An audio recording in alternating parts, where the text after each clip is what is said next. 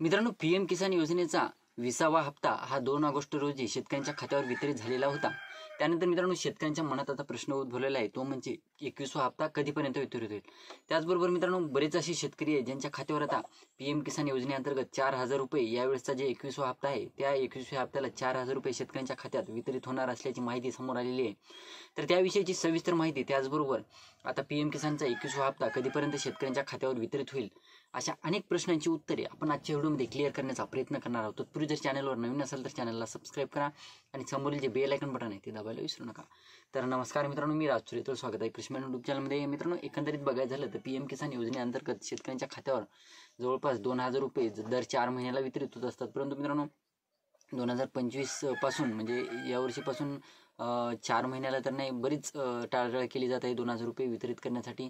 तारीख exact fix केली जात नाही। परंतु मित्रांनो, आता पीएम किसान योजनेअंतर्गत जे 2000 रुपयाचा हप्ता आहे, त्यामध्ये बरेच शेतकरी असे सुद्धा आहेत ज्यांना आता 21वा हप्ता हा 4000 रुपयाचा वितरित होणार आहे। त्याचं कारण सांगतो, ज्या शेतकऱ्यांना 20व्या हप्त्यासाठी केवायसी वगैरेची अट टाकण्यात आलेली होती, त्यानंतर 20वा हप्ता बऱ्याच शेतकऱ्यांना फार्मर आयडी नव्हता, त्या कारणास्तव सुद्धा वितरित झालेला नव्हता। त्यानंतर बऱ्याच शेतकऱ्यांनी पीएम किसान योजनेअंतर्गत फार्मर आयडी सुद्धा काढलेले आहेत। आता ज्या शेतकऱ्यांनी 20वा हप्ता वितरित झाल्याच्या नंतर फार्मर आयडी काढलेले होते आणि त्यांचा हप्ता 20वा अडकून धरण्यात आलेला होता, अशा बऱ्याच शेतकऱ्यांच्या खात्यावर आता 21व्या हप्त्यासोबत 4000 रुपये वितरित होणार असल्याची माहिती समोर आलेली आहे।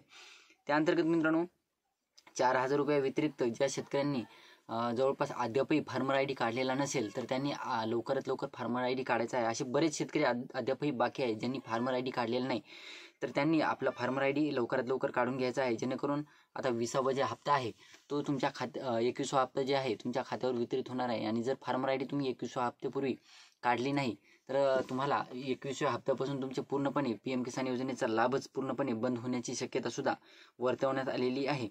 तर मित्रांनो, जवळपास बोगस लाभार्थी आणि अपात्र लाभार्थी यांना सुद्धा वगळण्यात आलेलं आहे 21व्या हप्त्यासाठी। म्हणजे आपण पाहिलं होतं या अगोदरच्या व्हिडिओमध्ये सुद्धा की एकाच घरातून 2-3 लाभ घेत होते, मग ते अपात्र असताना देखील ते पात्र होऊन लाभ घेत होते। त्याचबरोबर बोगस लाभार्थी ज्यांच्या नावावर अगोदर सुरुवातीला ज्यांनी पीएम किसान योजनेचा रजिस्ट्रेशन केलं होतं, त्यावेळेस त्यांच्या नावावर जमिनी होत्या, परंतु त्यानंतर त्यांच्या नावावरची जमीन त्यांनी विकली किंवा त्यांनी आपल्या मुलाच्या वगैरे नावावर केली किंवा इतर सदस्याच्या नावावर केली, मग तरीसुद्धा त्यांना सुद्धा लाभ मिळत होता। आणि मग त्यांनी जमीन विकलेली असून सुद्धा किंवा नावावर दुसऱ्याच्या नावावर केलेली असून सुद्धा त्यांना सुद्धा लाभ मिळत होता।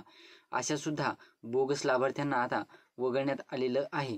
तर त्या अंतर्गत मित्रांनो, जवळपास नोव्हेंबरमध्ये खरं तर हा पीएम किसान योजनेचा जे 21वा हप्ता आहे तो वितरित व्हायला पाहिजे होता, परंतु सध्या पीएम किसान योजनेच्या हप्त्याविषयी आचारसंहितेमुळे कुठलाही निर्णय घेण्यात आलेला नाही। परंतु डिसेंबरमध्ये हा हप्ता शेतकऱ्यांच्या खात्यावर वितरित होणार असल्याची माहिती समोर आलेली आहे। जवळपास 21वा हप्ता जरी डिसेंबरमध्ये वितरित होणार असला तरी सुद्धा 10 कोटी शेतकरी लाभार्थ्यांच्या खात्यावर हा 21वा हप्ता वितरित होणार आहे। म्हणजे अपात्र यादी सुद्धा ज्या शेतकऱ्यांना अपात्रमध्ये टाकण्यात आलेले आहे, ज्या शेतकऱ्यांना बोगस लाभार्थ्यांच्या यादीमध्ये टाकण्यात आलेले आहे, तरी सुद्धा असे बरेच शेतकरी आहेत जे 10 कोटीच्या जवळपास आकडा आहे, अशा शेतकऱ्यांना पीएम किसान योजनेचा हप्ता वितरित होणार आहे।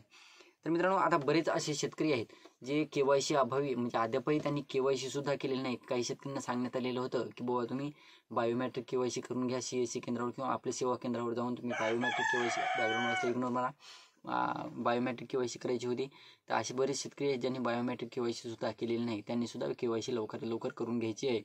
तर ही होती छोटीशी माहिती मित्रांनो पीएम किसान योजनेसंदर्भात। व्हिडिओ आवडला असेल तर लाईक करा, चॅनलला सबस्क्राईब करा आणि ज्या शेतकऱ्यांपर्यंत पोहोचवण्याचा प्रयत्न करा। धन्यवाद।